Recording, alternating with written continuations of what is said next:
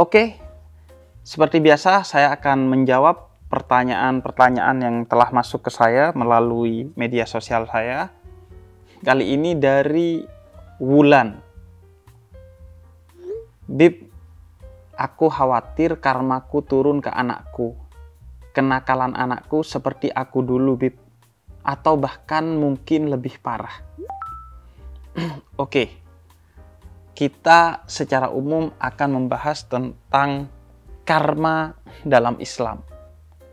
Agar sekaligus bukan hanya menjawab pertanyaan Wulan, tapi pertanyaan banyak orang tentang apakah karma itu ada dalam Islam.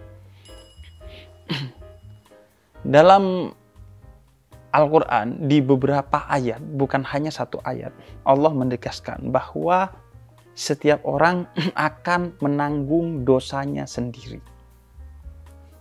Misalnya, Allah katakan dalam Suratul An'am ayat 164 bahwa setiap orang itu akan menanggung dosanya sendiri dan tidak akan dia menanggung dosa dari orang lain.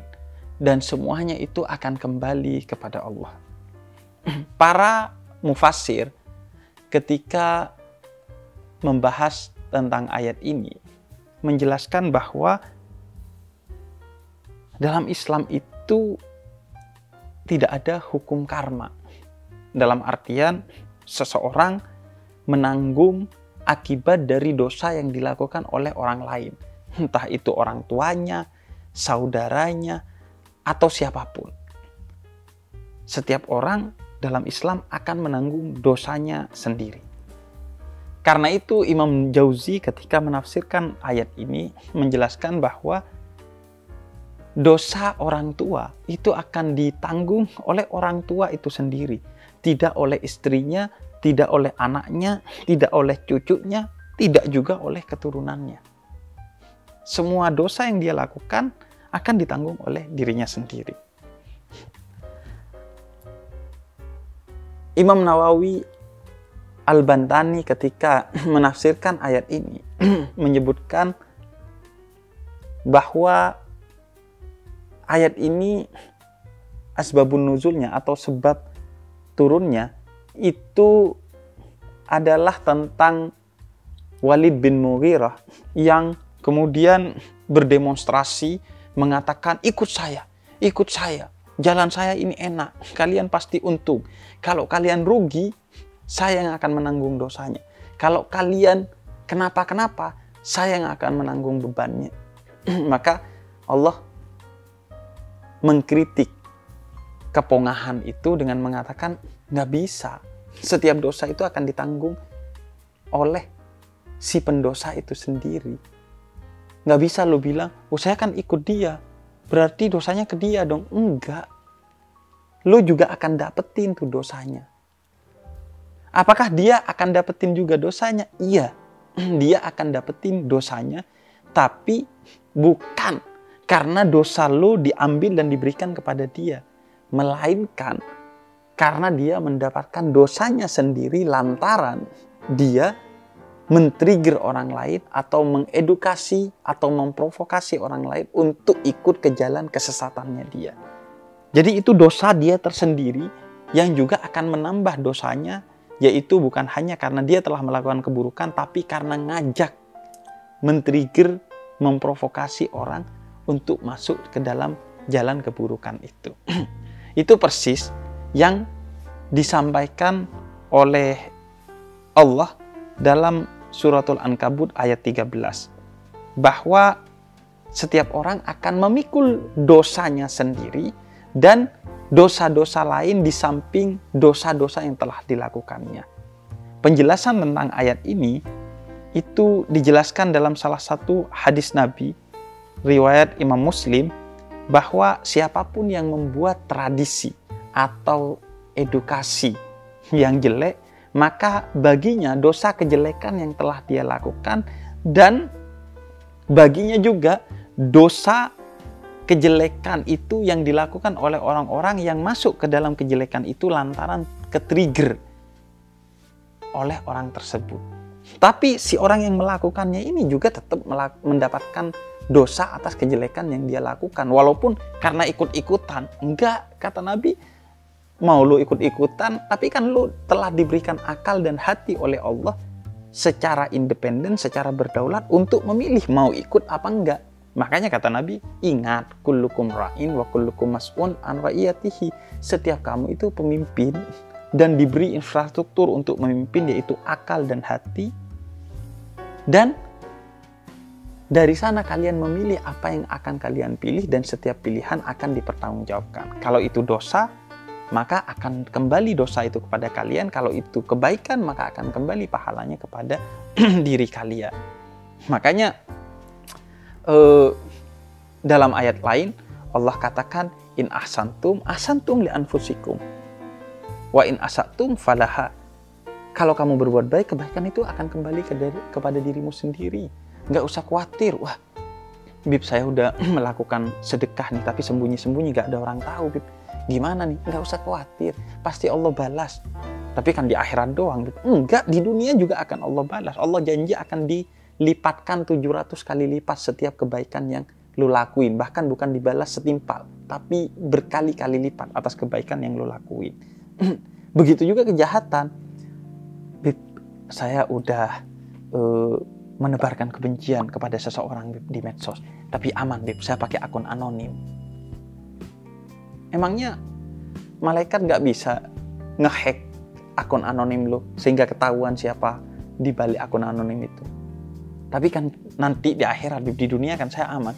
Enggak, di dunia pun Allah akan membuat satu strategi yang membuat segala keburukan yang kamu lakukan itu juga akan dibalas di dunia. Tapi bukan berarti setelah selesai dibalas dunia tidak di akhirat juga akan dibalas. Karena itu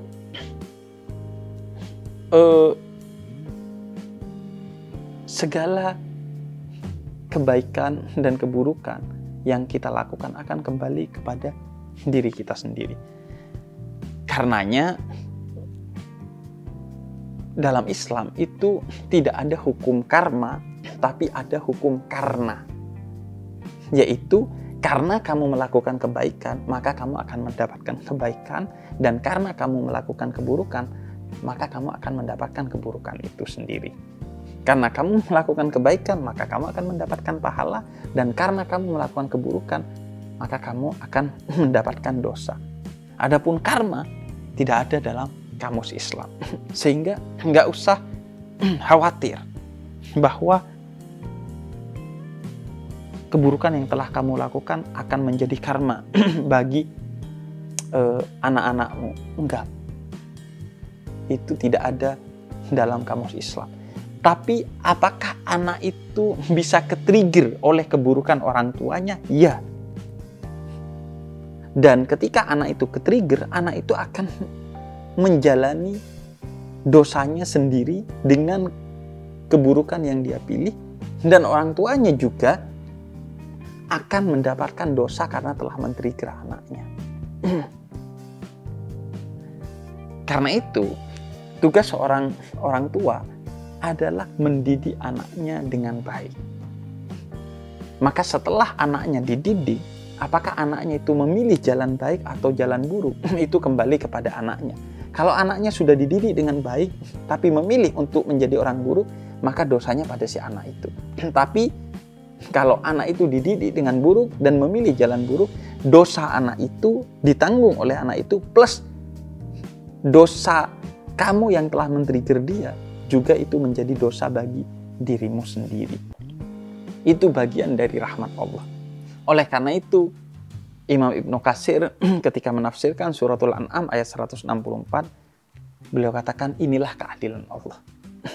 Kalau kamu baik, kebaikan itu bagi dirimu. Kalau kamu buruk, keburukan itu bagi dirimu. Kalau kamu men-trigger orang menjadi baik, orang itu akan mengalirkan pahala kebaikannya juga kepada kamu karena kamu menjadi wasilah atau perantara kebaikannya. Begitu juga keburukan. Kalau kamu men-trigger orang menjadi buruk, maka kamu juga akan mendapatkan dosanya karena kamu adalah wasilah atau perantara dia berbuat buruk. Jadi gak usah khawatir. Ketika lu merasa lu pernah memiliki masa lalu yang buruk, maka itu tidak akan ditanggung dosanya kepada anak lu.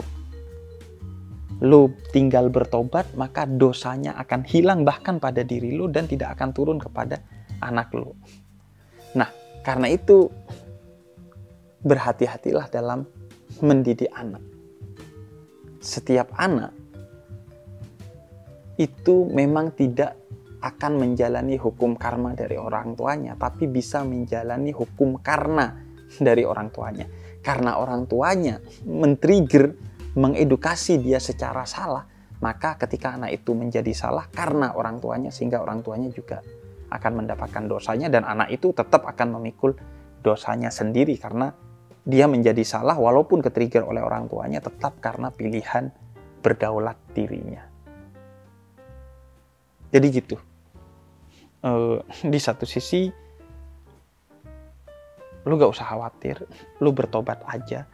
Maka jangankan menurun ke anaknya itu gak ada dalam Islam, karena gak ada hukum karma dalam Islam. Bahkan dosa lu akan hilang ketika lu bertaubat.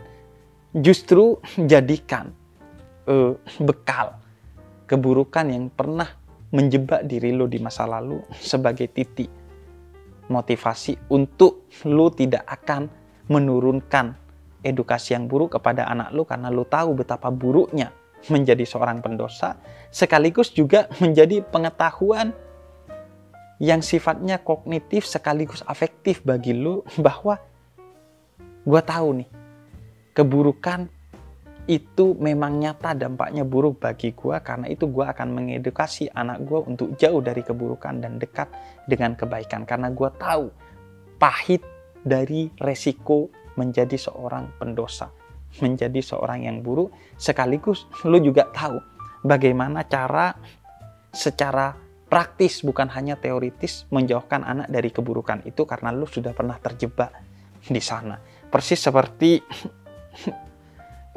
para senior gue di pesantren dulu, dia tuh udah tahu akal-akalan santri junior untuk melakukan pelanggaran-pelanggaran di pesantren, karena dulu dia juga pernah melakukan pelanggaran itu. Sehingga ya udah gue tahu nih, lu pasti melakukan keburukan itu kan. Enggak kok, ya gue tahu lu melakukan itu karena lu tadi begini. Ya kok tahu? Iya kan, gue dulu juga melakukan itu. Jadi hukum karma tidak ada dalam Islam, yang ada hukum karna. Begitu Ulan.